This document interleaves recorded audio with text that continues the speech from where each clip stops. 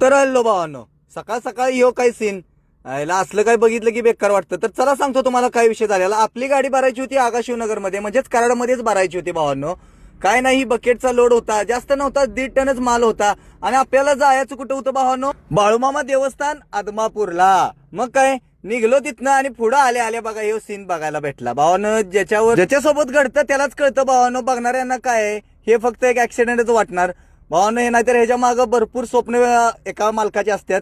काय विषय नाही, ड्रायव्हरला वगैरे काय लागलेलं नव्हतं. थांबून सगळी चौकशी केली आणि आपल्या पुढच्या मार्गाला लागलो. मग काय कागलवरनं राईट टर्न घेऊन आदमापूर रोडला लागलो. मस्तपैकी झुडूप होता, झाडी झुडपी होती, सावली पडलेली, जरा थंडगार काहीतरी पिऊया म्हणून जोडीदार आणि मी थांबलो. ह्यो आपला जोडीदार आहे वायरिंग मिस्त्री. आज मंगळवार असल्यामुळे सुट्टी होती त्याला.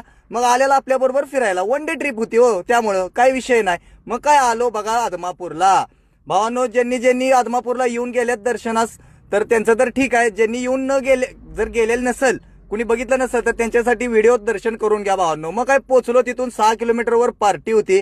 गेलो पार्टी तिथं, झड दिशी गाडी बिडी घेतली खाली करून, मागच जाळी मारली. तेवढी जाळी कशी मारली जरा कमेंट करून सांगा. मग काय पुढे निघलो आणि डायरेक्ट आलो आपल्या कोल्हापूरच्या किनी टोलला. किनी टोलला आल्यानंतर इथं गार पाणी मिळते भावानं. इथं आपल्या मित्राचं दुकान आहे, तिथं अगरबत्ती पण मिळते. क्षणभर विश्रांती घेऊन भावानं इथं काय लागेल ते तुम्ही घेऊन जावा. थंडगार पाणी पण मिळतंय. टोल पास केला आणि आपल्याला सलगर चहा मध्ये जरा चहा मारायचा, कारण दिवसभर झाला आपण काही चहा मारलेला नव्हता. तेवढीच तरतरी येते, लांब आपली गाडी लावलेली, काही विषय नाही. तर भावांनो, हा ब्लॉग कसा वाटला कमेंट करून नक्की सांगा. जाताना जरा फॉलो पण करून जावा. धन्यवाद भावांनो.